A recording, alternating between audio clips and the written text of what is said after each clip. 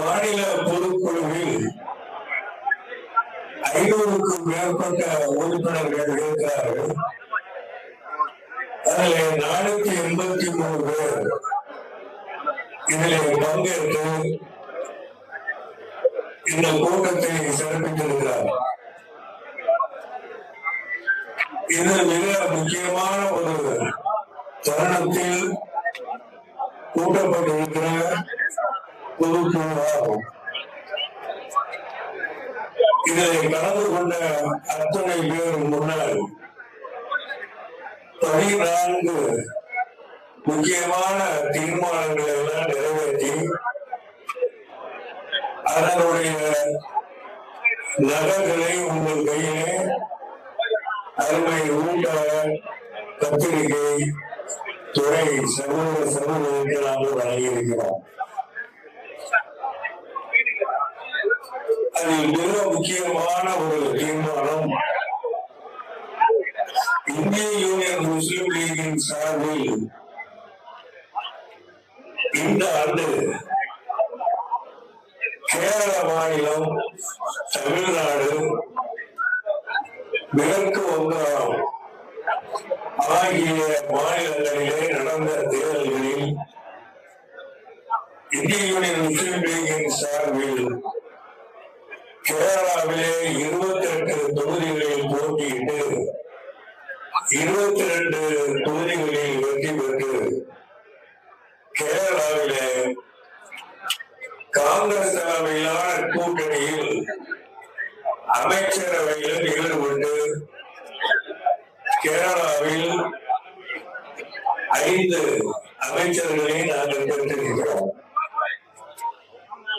கேரளாவில் தொடர்ந்து காங்கிரஸ் கூட்டணியில் இந்திய யூனியன் முஸ்லிம் லீக் தேர்தலில் இணைந்து வெற்றி பெறக்கூடிய காலங்களில் எல்லாம் 5 முதல் 6 அமைச்சர்களை ஈடுபடுவது வழக்கம். அந்த அடிப்படையில் இந்த ஆண்டு இந்த முறை 5 அமைச்சர்களை நாங்கள் பெற்றிருக்கிறோம். மேற்கு வங்காளத்திலே 3 தொகுதிகளிலே நாங்கள் போட்டியிட்டு அதில் எந்த ஒரு தொகுதியிலும் வெற்றி பெற முடியாத நிலை எங்களுக்கு ஏற்பட்டு விட்டது.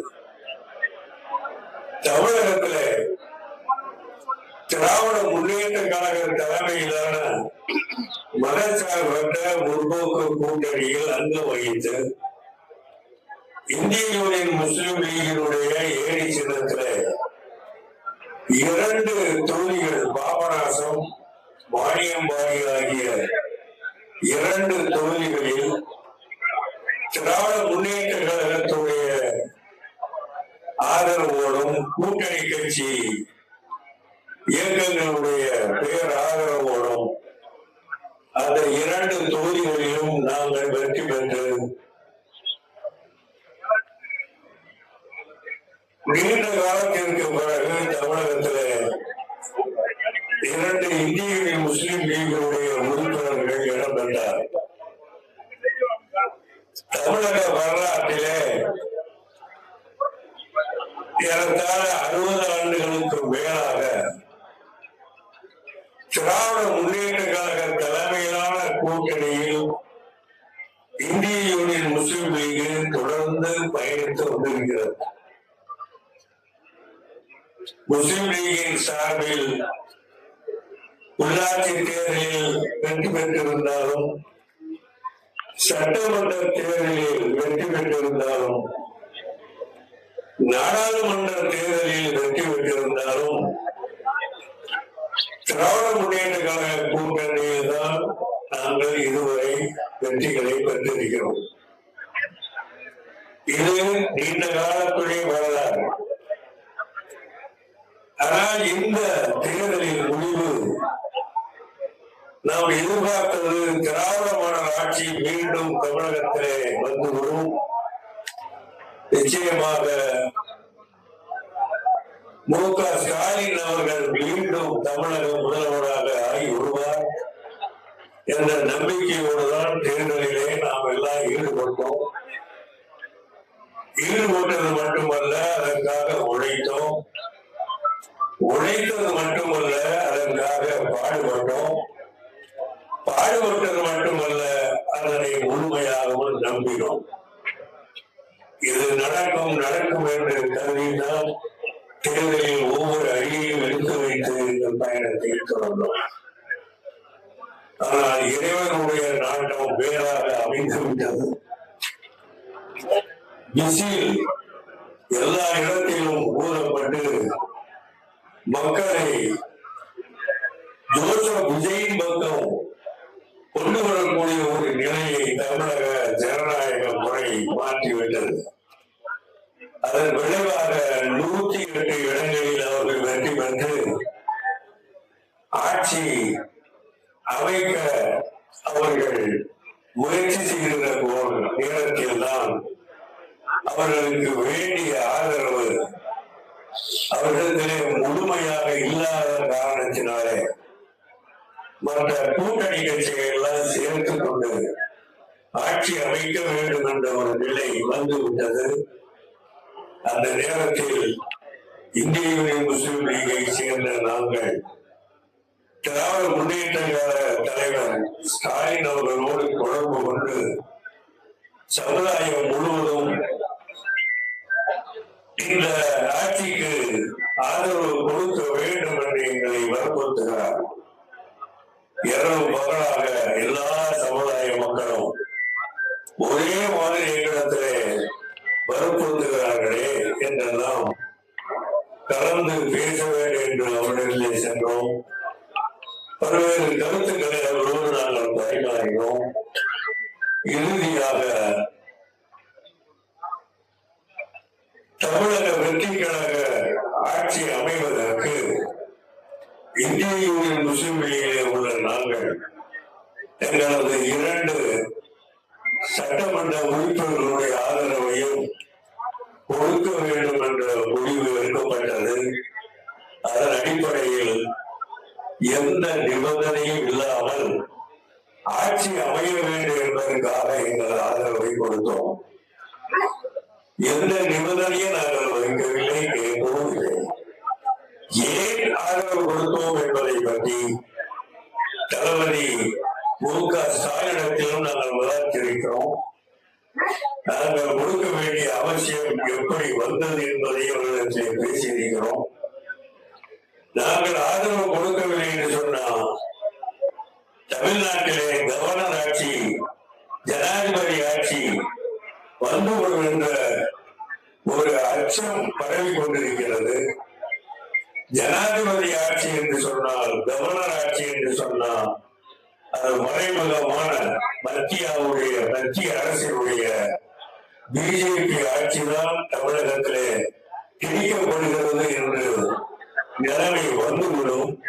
அப்படி போன்ற நிலைமை வருவதற்கு முஸ்லிம் லீகில் உள்ள நாங்கள் அதற்கு காரணமாகி விடக்கூடாது. ஏனென்று சொன்னா, இந்தியாவில் இருந்து பாகிஸ்தானை பிரித்த பிறகு இந்திய முஸ்லிம்கள் என்னென்ன சோதனைகளுக்கும் வேதனைகளுக்கும் ஆளானார்கள் என்பது வரலாறு எங்களுக்கு தெரியும். அப்படி ஒரு மிகப்பெரிய பழியை எங்கள் சமுதாயத்தின் மீது வந்து விழுந்து விடுமே என்ற அச்ச உணர்வோடு நாங்கள் சமுதாய மக்களுடைய உணர்வை பிரதிபலித்து எங்களது ஆதரவை தமிழக வெற்றி கழக ஆட்சி அமைவதற்கு நாங்கள் கொடுத்தோம். கொடுப்பதற்கு முன்பு பலமுறை ஸ்டாலின் அவர்களோடும் நண்பர்களோடும் கலந்து பேசித்தான் எங்கள் ஆதரவை தெரிவித்தோம். அதனுடைய விளைவாக எந்த நிபந்தனை இல்லாத ஆதரவை கொடுத்திருந்தாலும் பெருமனது பண்ணி தாங்கள் கேட்காத ஒன்றை நீங்களும் அமைச்சரவையை ஈடுபட வேண்டும் என்று நாங்கள் கேட்கவில்லை, எதிர்பார்க்கவும் இல்லை.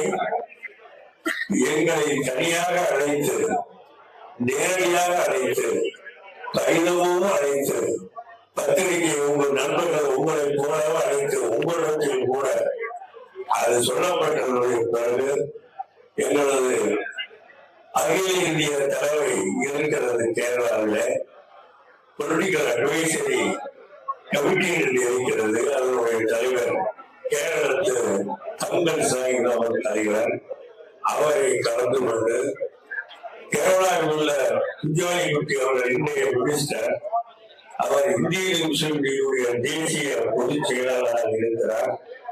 அந்த கமிட்டியில் உள்ள அறவை நண்பர்கள் எல்லாம் கலந்து அவருடைய ஒப்புதலை பெற்று இந்த அமைச்சரவையில் ஈடுபடுவது சிறந்ததாக இருக்கும் என்று அவர்களும் எங்களுக்கு ஆலோசனை கொடுத்த பிறகு எங்களது அறிவிப்பை தெரிவித்து அந்த அமைச்சரவையில் இந்திய முஸ்லிம் லீகின் சார்பாக அவர் ஃபாரூக் அவர்களை சட்டமன்றத்தினுடைய முஸ்லிம் லீக் தலைவராக அறிவித்து அதே நேரத்தில் ஷாஜகான் அவர்களை மந்திரி சபையில் இடம்பெற வேண்டும் என்ற ஒரு தீர்மானத்தை முடிவு செய்து நாங்கள் அறிவித்தோம். அந்த அடிப்படையில் இப்பொழுது தமிழக வெற்றி கழக அரசு தமிழகத்தை ஆண்டு கொண்டிருக்கிறது. இது நல்லாட்சி தொடர்கிறது என்று எல்லோரும் சொல்லுகிறார்கள். இந்த நல்லாட்சி தொடர வேண்டும் என்று நாமும் விரும்புகிறோம், மக்களும் விரும்புகிறார்கள். இந்த நல்லாட்சி எல்லா வகையிலும் தொடர்ந்து நாளெல்லாம் நல்லதாக நடக்க வேண்டும் என்ற அந்த எண்ணத்தோடும் அந்த விருப்பத்தோடும் அந்த எதிர்பார்ப்போடும் எங்களுடைய பயணத்தை தொடர வேண்டும் என்ற அடிப்படையில் தான் இந்த கூட்டத்திலே தமிழக வெற்றி கழகத்தினுடைய தலைவர் ஜோசப் விஜய் அவர்கள் தலைமையிலான தமிழ்நாடு அமைச்சரவையில் இந்திய யூனியன் முஸ்லிம் லீகை இணைந்ததற்கு வாழ்த்து சொல்லி இப்படிப்பட்ட ஒரு நிலைமையை உருவாக்கி கொடுத்த விஜய் அவர்களுக்கும் இந்த கட்சிக்கும் எங்களது வாழ்க்கை சொல்லி வரவேற்பை சொல்லி இந்த கூட்டணியில் உள்ள இந்த ஆட்சி, இந்த நல்ல ஆட்சி இன்று இருப்பது போல் என்றும் தொடர வேண்டும் என்ற உணர்வோடு எங்களது பயணம் தொடரும். அவரை தொடர்வதற்கான ஒரு தீர்மானத்தை இந்த கூட்டத்தை நாங்கள் நிறைவேற்றி இருக்கிறோம். அதாவது ஒவ்வொன்றா கேளுங்க, இஸ்லாமியர்கள் ஓட்டு போடுவது சொல்லுவீங்க, அது தப்பா நீங்க